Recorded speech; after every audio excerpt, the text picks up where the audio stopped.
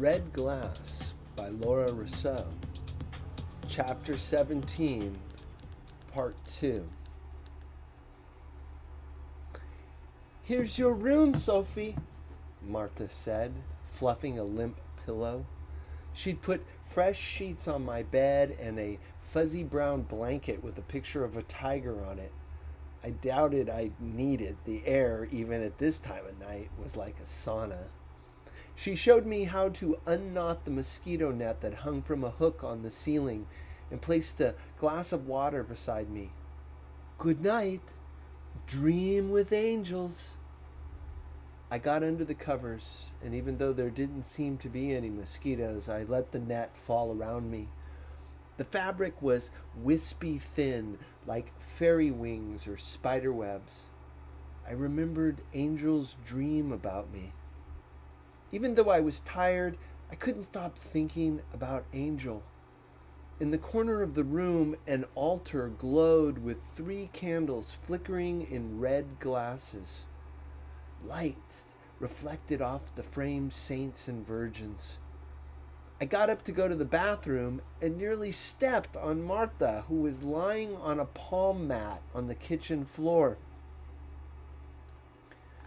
I'd taken her bed, I realized guiltily. She opened her eyes as I passed. She looked homely without her makeup, completely eyebrowless, but nice. "Everything all right, Sophie? You warm enough?" Why don't you sleep with me, Martha?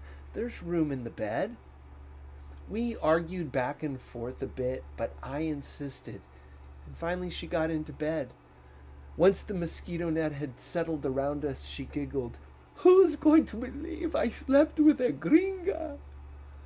I focused on the tiny woven squares of netting, rubbed the gauze between my fingers. "You know, Martha," I whispered, "Rodrigo isn't my boyfriend." "Of course he's not. I was just kidding.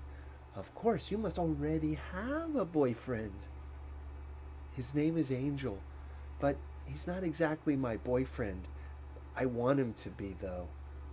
She patted my hand. "Well, I'm sure he will be. Now, dream with angels, Sophie, with your angel."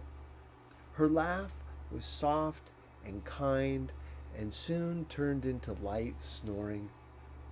I watched red light flutter on the pearly rosary beads on the Virgin standing in the sliver of moon, wrapped safely in her sequined halo. The same iridescent sequins as Martha's halter top.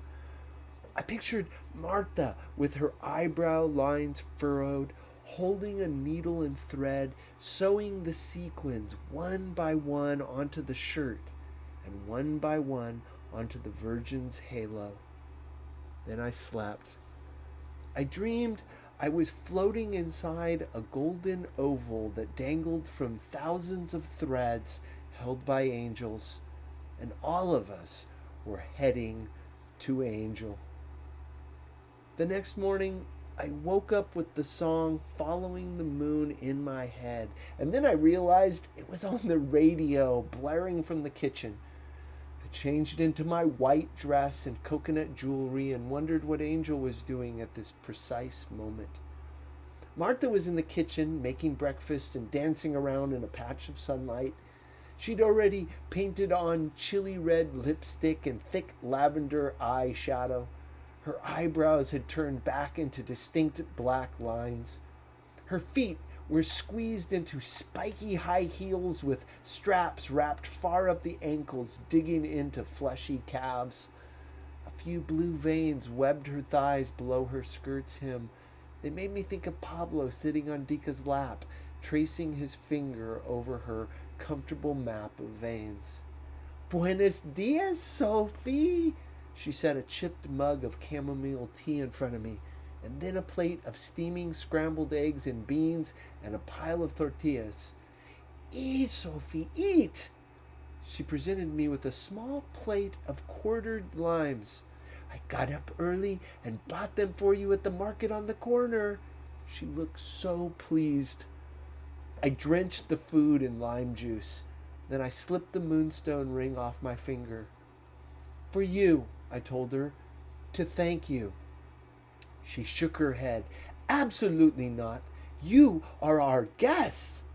Before I left, I sneaked into the bedroom while she wasn't looking and set the ring on the altar between the still flickering candles. I hoped it would at least fit onto her pinky finger.